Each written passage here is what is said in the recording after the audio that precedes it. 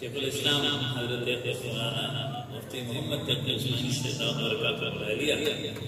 جهانی دیده کې ذکر کړی دی د ترک لومړنی خلیفه اول سلطان سلیم چې کله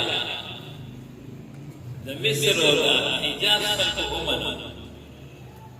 نو د مصر نه بعد تبرکات توقاف عجایبګر استنبول ته منتقل کړل او هلته یو کمره جوړه کړه او په هغې کې هغه تبرکات کېښودل د هغې کمرې صفایي به یې روزانه سلیم اول په خپله باندې کوله او د ده کارنامې چې متصم بالله وکتل نو خپل خلافت یې ده ته حواله کړ حضرت لیکي چې 400 کاله په هغه یو کمره کې د قرآن کریم مسلسل تلاوت شوی دی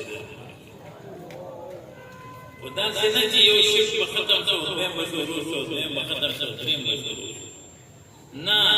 یو شپ به لا ختم نو چې دویم به د هغې نه مخکې شروع شو دویم به ختم نو چې دریم به د هغې نه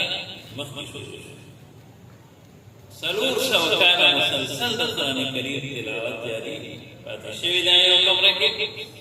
چې کله خلافت ختم شو نو تلاوت یې په هغه کمره کې لکه څنګه شاه عبدالقادر صاحب رحمه الله چې په اردو کې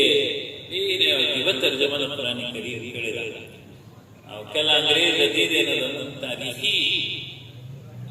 اساسي وړلې نو حضرت چې کوم کاڼي ته ډډه واله او هغه د هغې په هغه ډډه واله سولېدلې وو هغه کاڼي انګرېزانو نصر کړل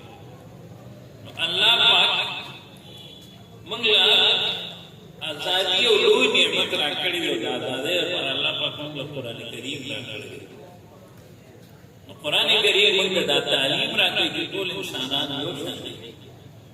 یا ایها الناس اتقوا ربکم الذي خلقکم من نفس واحده بیا فرق والعصر ان الانسان لفی خسر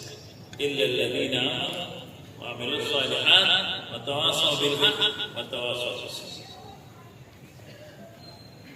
من کو آزاد علماء موجود آزاد حضرات صحابه کرام رضوان الله تعالی علیهم او بنده آزاد الذی چې دې د الله پاک په تعلیماتو باندې مکمل عمل وکړي په قرآن کریم د ټولو نه زیات عمل کوونکی رسول کریم صلی الله علیه وسلم